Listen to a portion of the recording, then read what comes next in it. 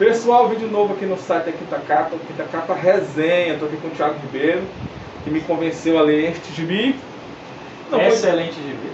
Não foi muito difícil me convencer, porque eu já tinha lido muitas resenhas e muitos influencers dos quadrinhos citando esse quadrinho como uma das melhores leituras do ano. Sim, inclusive o próprio Sidney Guzman recomenda muito. E é um material do Marcelo Quintanilha. Eu e Bernardo, quando a gente começou, a gente já fez algumas lives, algumas resenhas. A gente sempre falou, vamos botar sempre um quadrinho nacional para a gente discutir, né? Sim. E para a gente estrear esse quadrinho resenha, a gente escolheu Luz de Niterói, que é um quadrinho do Quintanilha. E o Marcelo Quintanilha, para quem não sabe, é o mesmo autor de Tungstênio, de Taco de Vidros, Inário Nacional e Todos os Santos. Confesso que eu nunca tinha lido nada do Quintanilha. Você já tinha lido? Eu tinha lido Tungstênio, também Inário Nacional. Inclusive, na época do lançamento de Luz de Niterói, ele foi lançado, se não me engano, em 2019, eu procurei o Marcelo Quintanilha para uma entrevista na Quinta Capa. Tem uma entrevista do Quintanilha no site da Quinta Capa. Ele é um cara extremamente acessível. E, apesar dele ele não mora no Brasil, ele mora já na Europa há bastante tempo. Lá na França, né? Não, é Espanha. Espanha e França. Eu sei que ele não mora no Brasil, mas ele tem um contato muito grande com o Brasil. As obras dele retratam muito o Brasil. Assim como Tungstênio se passa ali na região da Bahia, aqui Luz de Niterói, como diz já o nome, né, se passa no Rio de Janeiro. É uma história, vamos dizer assim, brasileira. Na Baía da Guanabara. A gente não é isso? A Baía de Guanabara, a gente tem o Rio de Niterói e tudo. Exatamente. Eu nunca fui muito ao Rio, me perdoe aí a geografia se eu estiver errado, mas é naquela região, boa parte da história se passa na Baía da Guanabara. Tem até uma cena que tem um mapa que mostra as cidades. E é uma história que se passa na década de 50, né? Ela conta a história de dois amigos. Um é um jogador de futebol proeminente, né? Ele vai para um grande jogo dele, mas antes disso, um dia antes do grande jogo que ele vai até contra o Vasco da Gama. Ele e um outro amigo, eles decidem entrar no mar para pescar. Eles veem ao longe alguém pescando com dinamite, né? Para quem não sabe, quem pescava com dinamite fazia o seu arresto, mas assim, devido ao impacto ambiental, sobravam muitos peixes. Aí o pessoal ia lá depois e só fazia catar. E o quadrinho começa exatamente desse ponto. Os dois veem alguém pescando lá na praia onde eles estão, e eles vão atrás vamos dizer assim, desse resto dessa pescaria para faturar em cima. Eles disseram assim, ó, o cara não vai dar conta. Pelo que eu estou vendo aqui, o cara está sozinho e ele não vai dar conta, vai sobrar muito peixe. Vamos lá pegar peixe, a gente vende e faz o nosso dinheiro, né? Eles vão atrás de conseguir um barco emprestado, sabe? A impressão que eu tinha era que eu estava lendo uma história que tinha dois João Grilo, sabe? Dois sabidos. Dois sabidos querendo arrumar o dinheiro e tudo. E aí eles vão atrás e... Eu estava até comentando com o Thiago que até a metade do quadrinho eu não sabia direito sobre o que tratava o quadrinho. Né? Eu disse, pô, do que esse cara tá falando mesmo? E você só vai perceber que é justamente assim, o quadrinho, ele já é mais uma análise sem dar spoilers, né? Quando a gente for dar spoiler, a gente avisa. É um quadrinho sobre dois amigos e a relação deles nesse joguete deles de conseguir ganhar a graninha dele, vender os peixes e tudo, e a relação deles dois. Detalhe, um deles é uma pessoa que tem uma deficiência física, né? Ele é corcunda, meio atarrachado, assim, né? Os caras até tem um momento que o cara insulta ele, dizendo que ele só cresceu da metade para baixo. E o quadrinho tem muitos elementos sobre isso, né? E tem o fato dele ser jogador de futebol, fala muito sobre futebol. Fala. Esse quadrinho, basicamente, ele tem 3 passagens marcantes. Quais são? A primeira, quando eles vão pescar, aí tem uma passagem que você... Porque, assim, o desenho do Quintanilha, Bernardo depois vai entrar aprofundar, mas é um desenho que me pegou, porque as cenas, as transições entre os quadros, você fica muito agoniado. Tem uma cena onde ele tá lá na região onde tem esses restos lá dos peixes, e ele vai atrás de um peixe maior. É a cena da capa do quadrinho. É a cena da capa do quadrinho. E ele vai descendo, mergulhando atrás desse peixe maior, que não morreu, mas estava tonto. E ele vai tentar pegar com as mãos. Aí ele tem um pensamento de que quando você vai estar para morrer, a sua vida toda passa pela sua cabeça. E quando ele está subindo, ele já sem ar, porque ele foi muito para baixo, aí você entende quem é o personagem. Esse pra mim é um dos grandes... Eu acho que uma das grandes sacadas do quadrinho, porque assim, como tu comentou, o estilo de desenho, eu gosto mais por exemplo, de um Rafael Coutinho, ou por exemplo, do Marcelo de Salete, né? Sim, que é uma coisa mais estilizada. O desenho do Quintanilha é muito realista. A impressão que eu tenho é que às vezes ele usa muita referência fotográfica para as expressões faciais. É muito bem feito, muito realista. Um traço muito fino, mas a narrativa que tu está falando, essas primeiras 60 páginas, que é quando você tem essa impressão de que ele vai para o fundo do mar e que talvez ele vá morrer, e ele tem, você cria uma tensão enorme. Sim, sim. O cara parece que está se afogando e você lê 30 páginas do cara se afogando. E você vai numa leitura muito rápida, não sei se foi com o Bernardo, mas para mim foi muito rápida, porque você fica angustiado. É uma tensão enorme, por mais que crescente.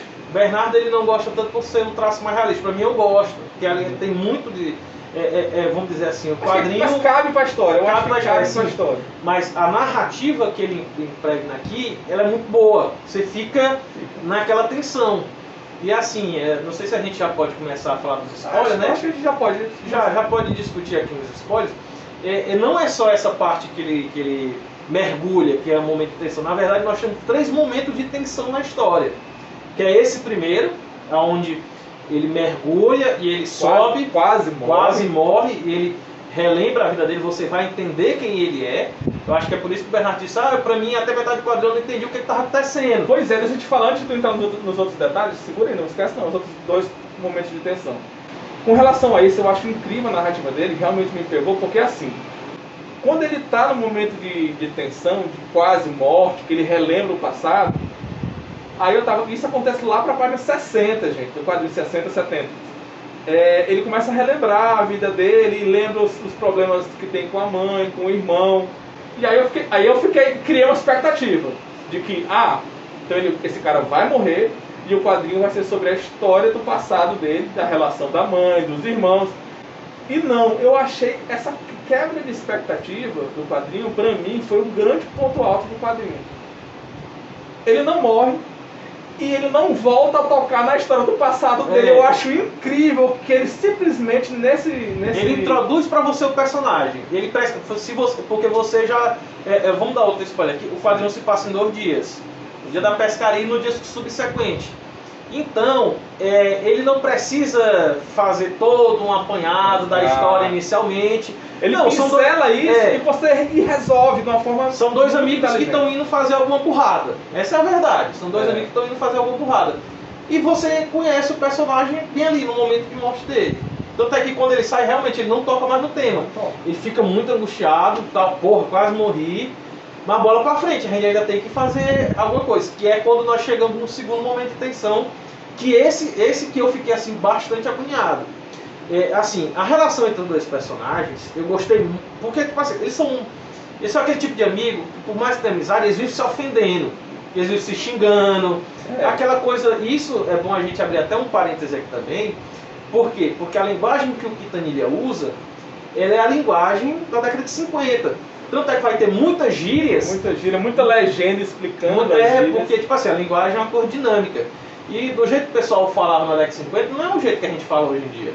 Então... E de fato, em alguns momentos, você precisa da legenda. Isso também até me incomodou um pouco. O fato de eu estar lendo o quadrinho e não entender, aí tem que ir para a legenda para entender o que o cara está falando. A questão da verossimilhança da linguagem dele. Porque ele não só usa a questão do estilo de roupa, como a gente vai ver no final do quadrinho.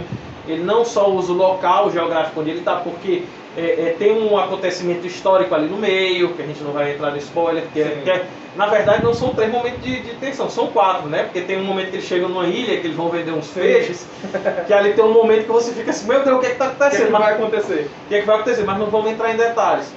Mas assim, a linguagem que ele usa vamos dizer, as gírias, do Rio de Janeiro da década de 50. É um Rio de Janeiro até que já foi muito explorado. Nelson Rodrigues está aí para comprovar as crônicas de Nelson Rodrigues. Mas hoje em dia a gente já deixa mais para trás. Nós, assim, até mesmo na produção cultural brasileira, nós não estamos mais olhando para o século XX do nosso passado, né? uma era Vargas, uma era que o Rio de Janeiro ainda era capital. A gente não tá. Recentemente tem pouca produção dessa época. Fazer essa pesquisa e fazer um quadrinho histórico com esse apurado, como tem aqui, realmente é muito difícil, né? O apurado da linguagem, do vestuário, das roupas, do figurino, dos carros, tudo isso realmente não é fácil, né? Dificilmente você encontrar alguém que se der a produção sobre isso fazendo, e ele faz isso muito bem. Muito bem. Aí que nós chegamos no segundo momento de tensão. Por quê? Porque quando eles estão voltando dessa pescaria, eles encaram uma tempestade. E foi nesse momento que eu fiquei, pô, cara, porque as páginas, tipo assim, o desenho ele começa a acompanhar uma tempestade. E tá chovendo muito e você vai passando as páginas, você não tá vendo o que tá acontecendo e o cara tá botando força, ele não tá aguentando mais. Porque, olha, mostra aí, Bernardo. Porque, como é que se diz? Eles estão encarando um momento quase morte. Ó, você vê aqui nos desenhos, você vê que vamos dizer, nem eles veem o que está ocorrendo, tá entendendo? E uma coisa que é importante na narrativa do Quintanilha é que ele usa muito o espaço. O quadrinho é muito grande porque ele usa muito isso. E de uma forma inteligente. Bem angustiante. Porque faz parte do uso do espaço no quadrinho. Eu li o quadrinho do Scott McCloud, que ele fala sobre quadrinho e tempo e tensão. E normalmente quando você usa muito espaço no quadrinho, você prolonga essa sensação de tempo. Então você estica o tempo, esticando o espaço, ocupando mais espaço no quadrinho. E ele usa isso muito bem, né? Ele usa essa narrativa, são narrativas longas, é uma leitura rápida. Se você realmente sentar para ler, você lê esse quadrinho rápido, né? Se você tiver uma tarde, você consegue matar esse quadrinho numa tarde direto, né? Porque é como se fosse um longo filme mesmo. Praticamente não tem grandes sequências narrativas, de um narrador em off. Praticamente não existe. São poucos diálogos diretos. Mas apesar dos diálogos diretos, ele sempre apresenta, por exemplo, quando a tempestade chega, ela não chega só para os dois amigos que estão na pescaria, ela chega também para a cidade do Rio de Janeiro. Aí você vai conhecendo o pai de um deles, você vai conhecendo o dono do clube de futebol. Ele vai apresentando, porque o elemento da tempestade, ele vai unindo os personagens. Ele vai... porque os caras não voltam. Os caras levam o barco para pegar o peixe, iam vender o peixe e deveriam voltar tipo 4 horas da tarde. E não voltam. Aí dá de noite a tempestade truando e os pais desesperados. O pai e o dono do... O técnico fica mais aperreado. Era pro cara ir pro... porque o jogador, ele é tipo uma estrelinha, apesar de ser o... Como é que a gente chama? Ele fica na defensiva. Ele é o zagueiro. Ele é o zagueiro. Apesar dele ser o zagueiro, ele é uma estrelinha do time, né? E o técnico fica brigando com ele pra ele não ir pro ataque. Ele fala, não, vá pro ataque, seu lugar é lá atrás. Mas o técnico é mais pai do que... Fica mais desesperado do que o pai. Não é o técnico, é o dono do clube, é o dono do time. Aí nós chegamos no terceiro momento. Que assim, ele não é um momento tão de aflição quanto o primeiro e o segundo, mas ele é um momento, vamos dizer assim, tudo que foi construído no quadrinho do passado e também do personagem vai desembocar no jogo, que é o jogo contra o Vasco da Gama. Sim, mas o segundo momento da tempestade tem o clímax do momento da tempestade. Tem. Não falou, né? A gente dá spoiler aqui ou não? Pode dar. Não, porque o grande... Quando eu entendi sobre o que era o quadrinho, foi justamente nesse momento que pra mim é o momento de maior tensão do quadrinho. Que é quando os dois amigos brigam, né? Eles estão num momento de tensão, acham que vão morrer porque acham que estão indo para alto mar, o barco está rodando, eles não estão conseguindo voltar para a margem e começam a brigar. Aí aquele insulto de amigo começa a virar um insulto de verdade. Eles começam a brigar dentro do barco. E aí o jogador de futebol, cara, eu sou péssimo para decorar o nome dos personagens. O jogador de futebol briga com um amigo e chama ele de aleijado. Aleijado. Né? Quando ele dá isso, acho que é um dos poucos splash page que tem no quadrinho. Ele grita e chama ele de aleijado, briga. E aí depois que acontece isso, meio que a tensão acaba. Porque é um momento realmente pra mim, explosão. Pra mim foi o clímax mesmo do quadrinho. É o momento que os dois amigos brigam. Aí eu me toquei, esse quadrinho é de fato apenas sobre isso, é a relação de dois amigos. O que vai acontecer depois dessa discussão entre eles dois, né? E aí realmente isso se desenrola no resto do quadrinho, né? Sim, tanto é que aí o próximo momento, como eu disse, não é um momento de tensão, é o jogo de futebol. Aí você nota a questão do Quintanilha saber criar também, até mesmo numa própria partida de futebol você fica meio tenso. Porque é aquele momento que ele vai se provar, ele é um zagueiro, mas ele não tem tipo de zagueiro, ele é atacante. e você tem um time na época, um time grande, que era o Vasco da Gama, e um time dele pequeno, era um time de bairro. Era um time do clube do onde ele trabalhava. Exatamente. Tinha uma empresa onde ele devia trabalhar lá, mas como ele era o jogador do time da empresa, ele praticamente não trabalhava. Ele praticamente era só jogador do time da empresa. Esqueci o nome da empresa, eu esqueci todos os nomes.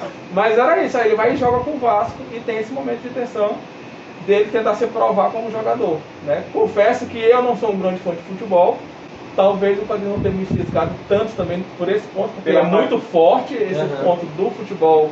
Inclusive no Confins do Universo do Futebol eles citam muito esse quadrinho, né? Por conta disso, que eles citam os jogadores, citam vários momentos do Vasco, de como era o time do sonho dos Vasco, como era, o novo quarteto, não sei das quantas, eles falam se eles não, o trabalho histórico, ele faz um apurado histórico. Então, quem curte futebol, e principalmente quem for vascaíno também, né, que gostar de futebol, isso é realmente uma boa dica para quem gosta de futebol, além da história dos protagonistas. É por isso que eu digo no começo até do vídeo, o quanto nós estamos assim perdendo esse resgate histórico, esse resgate para um Brasil que era usar o Brasil como cenário, né? Usar o Brasil como cenário. Hoje até mesmo nossos quadrinistas, eles estão indo para uma coisa ou mais fantasiosa, ou então vamos dizer uma coisa mais, eu não vou chamar depressiva, mas uma coisa mais, como é que se pode dizer, um pé no chão sem uma falta de perspectiva, em vez de nós pegarmos assim,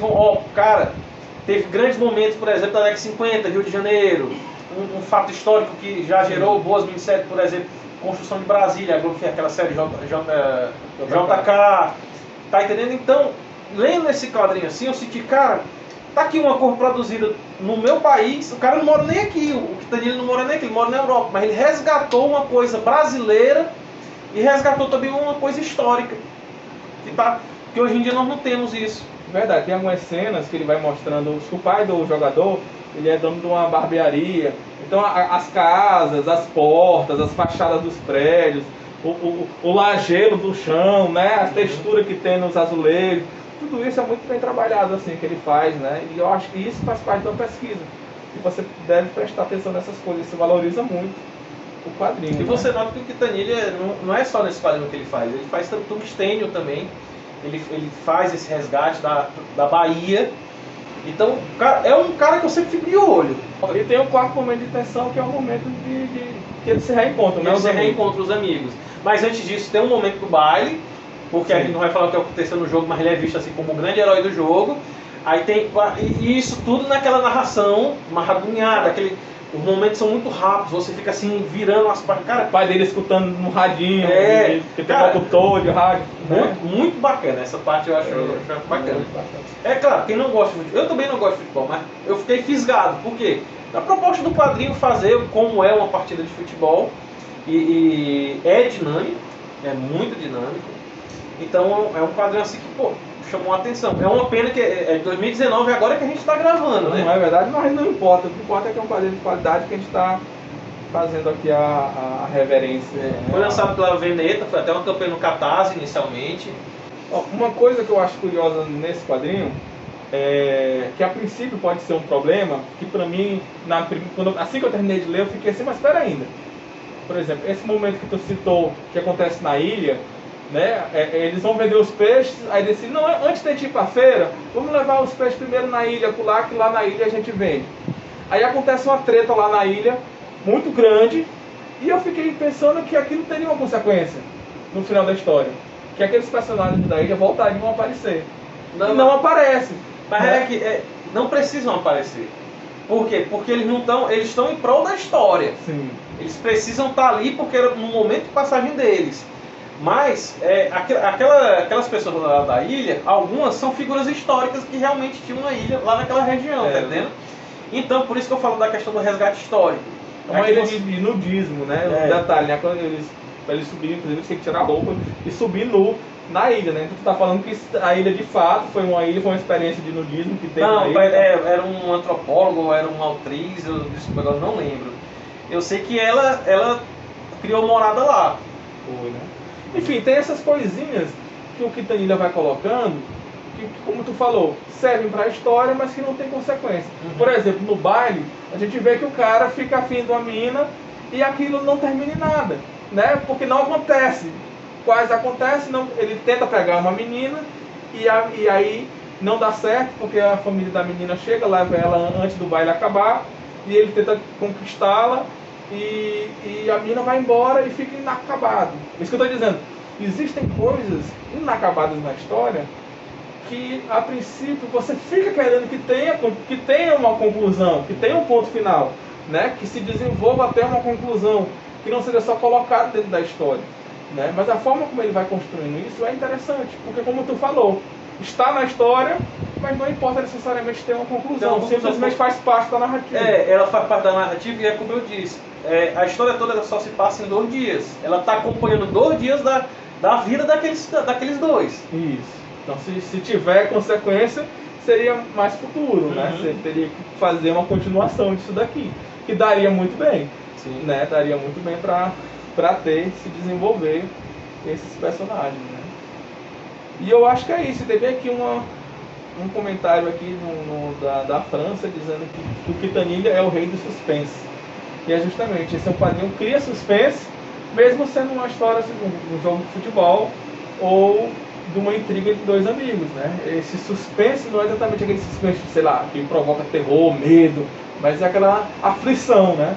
E isso acontece muito, até na resolução, lá onde os amigos se reencontram no final do quadrinho, né? E é isso. Até a próxima. Espero que tenham gostado. Curtam, procure aí o catálogo da Veneta, tem muitas coisas bacanas, não só o material do Quintanilha, beleza?